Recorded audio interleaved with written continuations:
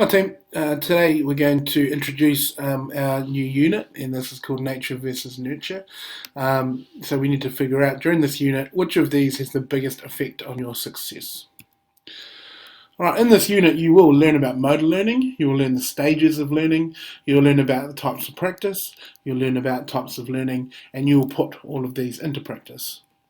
Regarding solo, if you're at the pre-structural level, then you know nothing about any of these things. If you're unistructural, then you might know one thing, okay, maybe two things about this. If you're multi-structural, you'll know a few things. You might know what motor learning is, you might know how to practice a skill, etc., but you don't know how these things can all be combined and how they relate.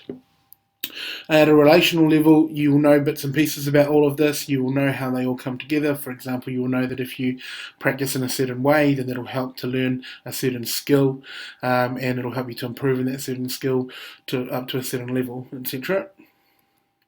And for extended abstract, you understand how it all works. You understand how you can practice a skill and how you can learn it, the best way to learn it, the best way to practice it, and how to get better at it. And you can also use that information to move outside of this classroom setting and to go into practice it in other parts of your life so that you can improve in things outside of your life, or you could also go and help other people to learn a skill, possibly, and get them to improve in their own skill as well, again, outside of the classroom.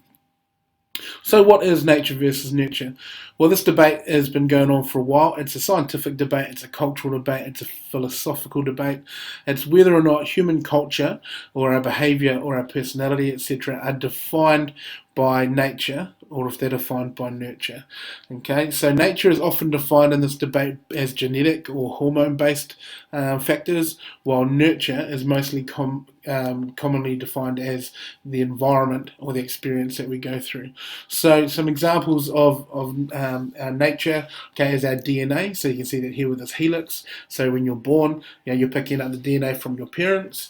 And in the image down below me here, you see that there's brother-sister combo with the mum. All three very tall people, okay? So the genetics, the DNA that these kids have picked up from mum, possibly dad as well, okay, means that they're very tall people, okay? So that is the nature side of it.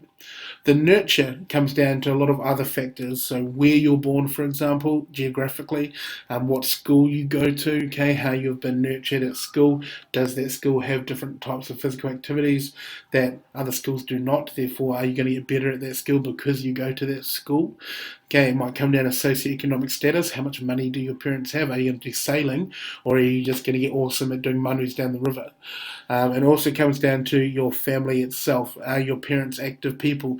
Do they take you out and do they do activities with you in the weekends, or are they too busy working, or are they perhaps just not interested in physical activity at all? So your problem that we need to try to figure out, the challenge that you have, is that you're going to investigate which of these theories is true. Okay, nature versus nurture, and we're going to focus in particular on the nurture side. So you need to decide what you think is going to happen. Do you think you are going to get better at something just by practicing it over and over and over and over again?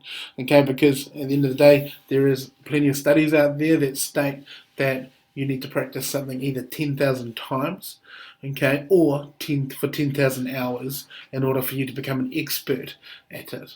Okay, so what do you think will happen? Do you think you will get better, okay, or do you think that you're just going to remain the same? So your task. So first thing you need to do is to select a skill that you want to learn and that you want to improve in. Now this skill could be anything. Okay, it could be throwing with your non-dominant hand. It could be kicking with your dominant foot. Okay, but it needs to be obviously based around physical activity. Okay, so any skill that you like, that you want to get better at, or something new perhaps you've never done before, that is based around physical activity. Second thing you need to do is to create a test to see how good you already are at that skill. Okay, so this is known as a pre-test.